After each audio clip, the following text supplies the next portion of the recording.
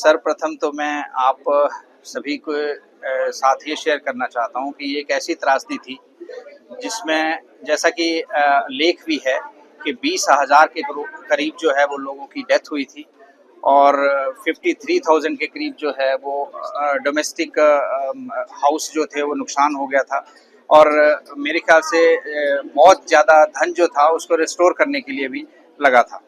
तो और कई तो ऐसे जख्म थे, कई फैमिलीज को शायद ऐसे जख्म थे जिनको आज भी ना भरा गया हो, ना भरा जा सकता है। तो आज हम इस केवल मात्र ये संदेश देना चाहते हैं कि हम अपने लिए तो बहुत रिस्पॉन्सिबल हो गए हैं, अपने लिए हल्के फुल्के डिसिप्लिन हो गए हैं, लेकिन हमें समाज के प्रति हमें सोशली रिस्पॉन्सिबल होना है। सो दैट जैसे कि मैं अभी आपने सुना होगा, मैं कह भी रहा था कि हम घर बहुत सुंदर सुंदर बना ले रहे हैं, लेकिन उनके लिए जो एक्सेस है वो एक्सेस जो है वो इतना अच्छा नहीं रख पा रहे हैं जिसमें हमारे इमरजेंसी व्हीकल जैसे एम्बुलेंस है या फायर का व्हीकल है या कोई और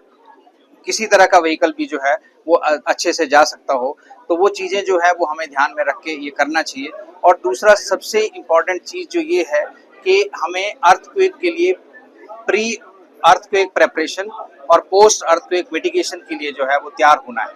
जिसके लिए हमारी DDMA की टीम जो है वो स्कूलों में जाके अवेयरनेस कैंपेन चला रही है और अवेयरनेस के माध्यम से बच्चों को अवेयर किया जा रहा है ताकि उनके बिहेवियर में ये चीज़ें आ जाएं और भविष्य में वो जो भी कार्य करें वो अपने आप को ना सुरक्षित मान के समाज के, आस पड़ोस के और लोगों के विषय के बारे में अपने सबको सुरक्षित मान के चलें, ताकि हम अपने आप को ना आप को नहीं, आस पड़ोस को और समाज को सुरक्षित बना पाएं।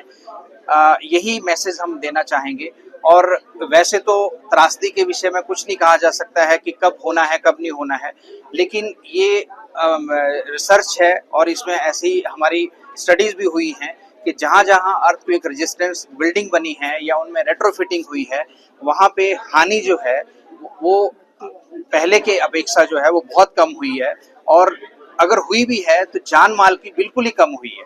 तो मुझे ऐसा लगता है कि कम से कम अर्ली वार्निंग सिस्टम है, जैसे अर्ली वार्निंग सिस्टम को भी हम इंट्रोड्यूस करने जा रहे हैं। अर्ली वार्निंग सिस्टम से ये होता है कि हम लोगों को घरों से बाहर ले जा सकते हैं, सुरक्षित जगहों पे ले जा सकते हैं। आपने जैसे देखा भी होगा, उड़ीसा में साइक्लोन आया और जगह पे साइक्लोन आया, तो अर्ली वार्निंग सिस्टम ने इतना अच्छा वो हुआ कि लोगों को सेफ जगह पे ले गए।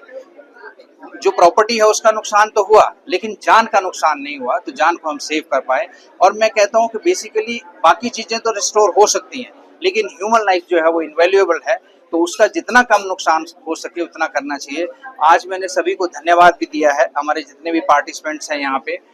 और DDMA की टीम है हमारी, बहुत अच्छा कार्य कर रही है। जैसे कि आपको ज्ञात भी है कि हमें राज्य स्तर पे अवार्ड भी मिला है। तो मैंने सभी से आग्रह किया है कि कम से कम आज जितने भी लोग आए हैं वो अपने आप को सेल्फ अवेयर करें towards the social responsibility. Sir, आज ये मार्च पास्ट निकाला है तो कहाँ से कहाँ तक? यहाँ से हम पुलिस ग्राउंड तक जाएंगे और हम चाहते हैं कि ये मैसेज जो है ये लोगों तक जाए और लोग उन दिनों को याद करें और उस बातों को याद करें कि उस तरह की कोई भी अगर घटना इस तरह की हो तो हम कम से कम जान का नुकसान हो और ह्यूमन लाइफ को जो है वो हमें बचाना है और सुरक्षित करना है। तो मुझे लगता है एक दूसरे के प्रति अगर हम रिस्पॉन्सिबिलिटी निभाएंगे तो हम अपने आप को भी सुरक्षित करेंगे और समाज को भी सुरक्षित करेंगे। देखिए, इसमें सबसे पहले तो मैं ये कहूँगा कि वैसे तो बिल्डिंग्स को जो है वो ऑलरेडी इंस्ट्रक्शंस होती है, जो TCP के बिल्डिंग कोड्स हैं उनमें इस तरह की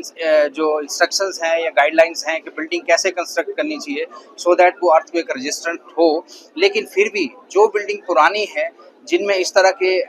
जो नहीं किए गए हैं, इस्तेमाल नहीं किए गए हैं या उन तकनीक के अनुसार नहीं बनाई गई हैं, उनको रेट्रोफिटिंग की जा सकती है। रेट्रोफिटिंग का मतलब ये होता है कि बिल्डिंग को स्ट्रेंथन करना।